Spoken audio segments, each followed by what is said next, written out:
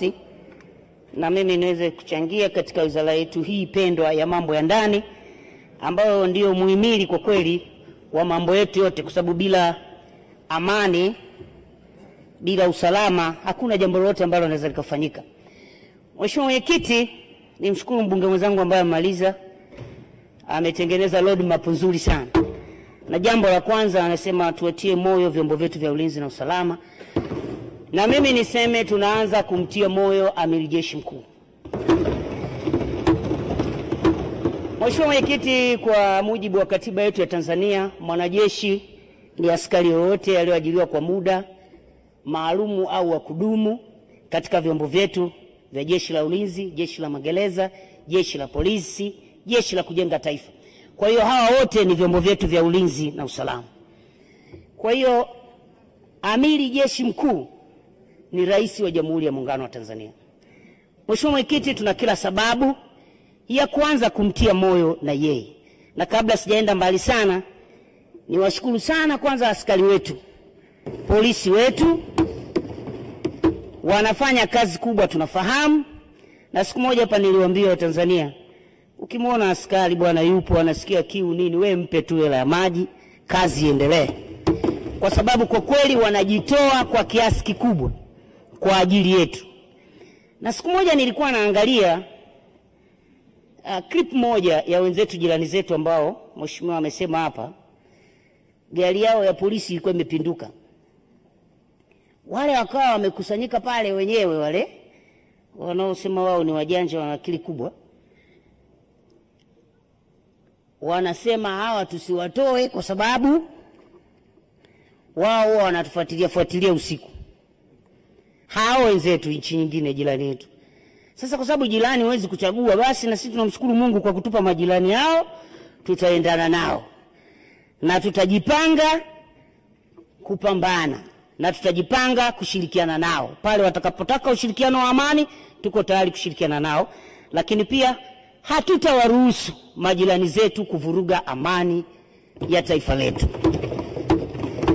Sisi askari wetu tunaishi nao vizuri.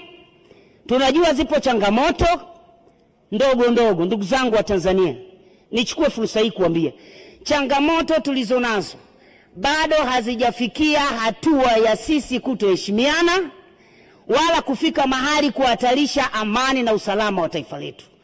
Sisi bado nchi yetu ni kisiwa cha amani.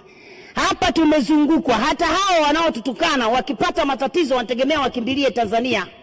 Kila upande wa taifa letu umezungukwa na taifa ambalo wanatuona sisi ni kisiwa cha amani. Na tumekuwa tukitoa msaada. Vijana wetu hawa askari wamekwenda katika kila nchi kulinda amani na utulivu wa mataifa haya. Tunawasaidia majirani zetu kwa amani. Tunawasaidia kwa jasho la damu. Tunawasaidia kwa damu za watoto wetu, askari wetu. Wanakufa kwenye mataifa mengine kwa sababu ya kulinda amani. Na hii ni kwa sababu tulijengewa misingi tangu Mwalimu Nyerere. Alitutuma kupambana kuokoa nchi za kusini kwa bara, kwa jangwa la Sahara. Tulifanya kazi hiyo. Na hii ndio wa Tanzania. Ndugu zangu, hatuwezi kuondoka. Nimeona mmoja anashangaa anasema, Gen Z wa Kenya wamejitolea, lakini anachora kwamba Gen Z wa Tanzania wamelala.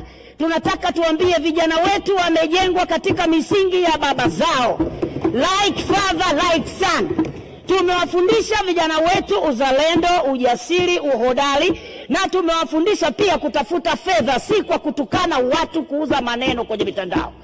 Vijana wetu hawataungana na mambo ya kipumbavu, kwa sababu lazima tukubaliane kwamba amani, Biblia inasema katika Isaya 32 mstari wa 17, amani ni zao la haki. Haki tuliyoijenga kwenye taifa hili ndio inayozalisha amani. Na amani hiyo inaleta matunda ya utulivu na matumaini. Watoto wetu wana utulivu, wana matumaini kwa sababu wamejengwa katika misingi ya amani na haki. Wasitake kutuaminisha kwamba sisi kwetu hakuna haki. Sisi kwetu haki ipo. Hizi changamoto nyingine ni ndogo ndogo ambazo zipo katika taifa na hata kwenye familia zipo.